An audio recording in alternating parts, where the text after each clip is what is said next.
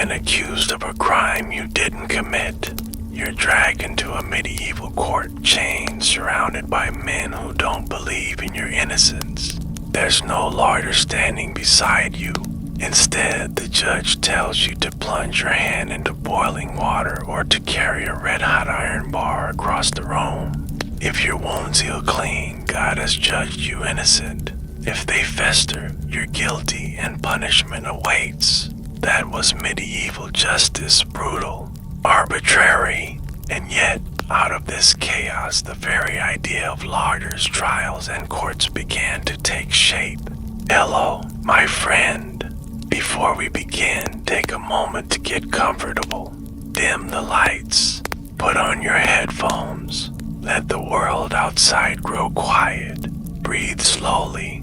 Tonight's story will carry you back hundreds of years into the strange world of medieval law where the line between justice and cruelty was as thin as a blade. Stay with me until the end, because this is not just a story of punishment and pain, it is also the story of how our modern courts, our lawyers, and even our idea of fairness were born. And before we begin, tell me in the comments, where are you watching from? And what time is it right now? I always love knowing who's out there in the dark listening. The journey begins in the heart of the Middle Ages around the 11th and 12th centuries. At this time, Europe was not ruled by one great court of law, but by countless local systems. Justice varied wildly depending on where you lived. In England, a village might gather to decide your fate. In Germany, a local lord might hold the power of life and death over his peasants. In France, the church held enormous influence, its priests presiding over trials as much as any noble. There was no single code of law, no universal protection for the accused. Justice was often more about power, reputation, and divine intervention than about evidence. But what did a medieval trial actually look like? Picture a wooden hall filled with villagers. The accused is brought forward, sometimes chained, sometimes beaten already. Witnesses might speak, but more often than not, justice relied on ordeals, rituals meant to let God decide the truth. This is where medieval law becomes shocking. There was the ordeal of fire. The accused had to carry a piece of burning iron across several steps or plunge their hand into flames. Their hand was then bandaged for several days. If, when unwrapped, the wounds showed signs of healing, they were declared innocent. If infected, they were guilty. Then there was the ordeal of water. The accused was tied and thrown into a river or pond. If they sank, they were innocent, though many drowned. If they floated, they were guilty, because water was said to reject sinners. Another form was the ordeal by combat.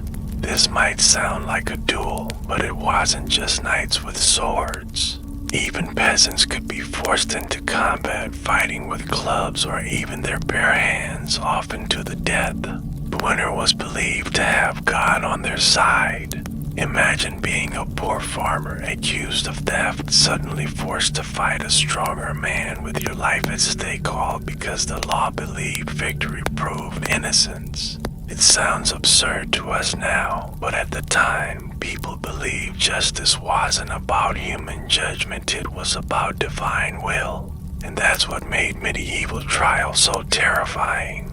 There was no evidence, no defense attorney, no jury of peers in the way we understand today. Yet, in the middle of this chaos, the seeds of modern law began to grow.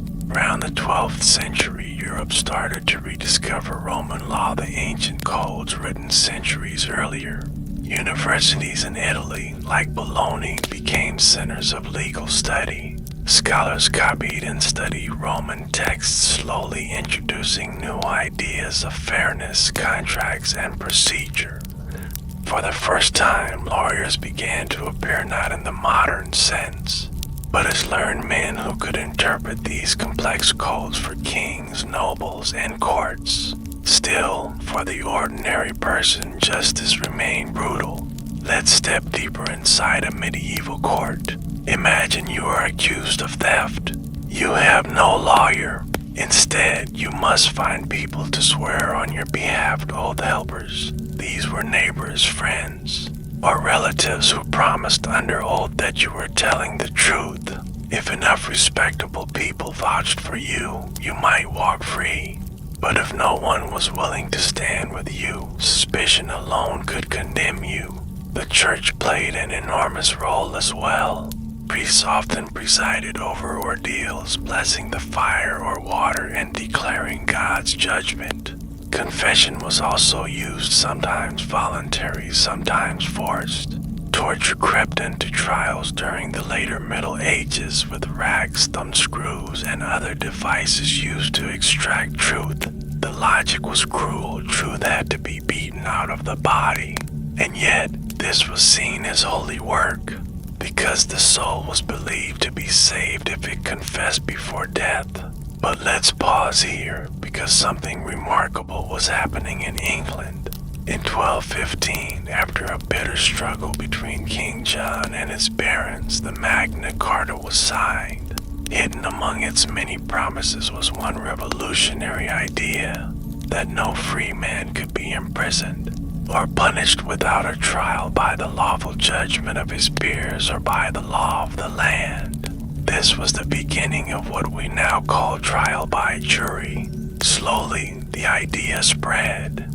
Ordinary people, rather than priests or lords alone, would decide guilt or innocence. Yet even with juries, justice was not what we think of today. Early juries were not neutral. They were often made up of local men who already knew the accused and the case. Instead of hearing evidence, they were expected to use their own knowledge and gossip. Still, it was a step away from boiling water and burning iron. As the centuries passed, lawyers became more visible. In the 13th and 14th centuries, professional advocates appeared in England and France. These men were trained to speak on behalf of others, to argue cases before judges. For the first time, an accused person might have someone standing beside them, not to swing a sword in combat, but to argue with words. The role was still limited. Lawyers were often despised as manipulative or greedy, but they marked the birth of a new profession. Medieval courts were not just about crime. Civil disputes were just as common. Farmers might sue over land boundaries. Merchants argued over debts. Guilds brought cases against rivals. In these situations, lawyers thrived because they could navigate the growing complexity of written laws, charters, and contracts. But still, the shadow of brutal justice loomed. Punishments were severe, often public, designed not just to punish but to terrify.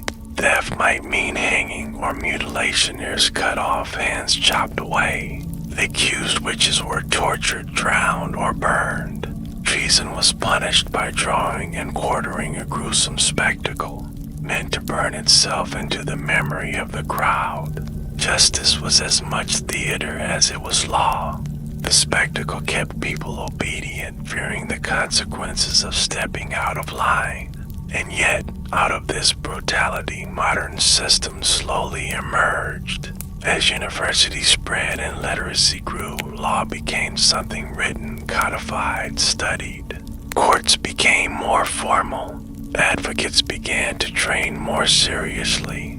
Judges were appointed not just as nobles, but as men educated in law.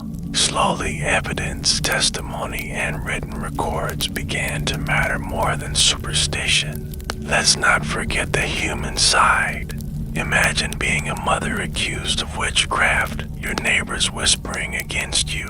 Imagine being a poor farmer dragged into court for failing to pay taxes you couldn't afford. Imagine standing alone, trembling as the judge demanded you prove your innocence with fire, water, or blood. That was the reality for millions in medieval Europe. And yet, through their suffering, society learned.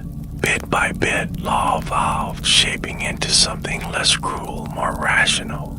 By the late Middle Ages, trials began to resemble something closer to our own. In England especially, the jury system grew stronger. Lawyers gained more influence writing arguments, defending clients, and shaping legal tradition. The idea that the accused had rights, that trials should be fair, was still young, fragile, but alive. So what was it really like to be in court in medieval times? It was terrifying, uncertain, and often deadly, but it was also the birthplace of the systems we depend on today. Lawyers, our courts, our belief in justice, they were born in fire and water, in ordeals and oaths, in the chaos of the Middle Ages. And the next time you walk into a courtroom, remember, once upon a time, your fate might have been decided not by reason or evidence, but by whether you sank or floated in a river. So tonight, as you drift into sleep, let this story linger. The clang of swords in a trial by combat, the hiss of boiling water in a darkened hall, the whispers of neighbors swearing oaths, and beyond it all, the slow rise of a new idea that justice should not be left to God alone, but built by human hands, imperfect as they are. This was the medieval court, brutal, strange, yet the seed of the world we know today. Good night.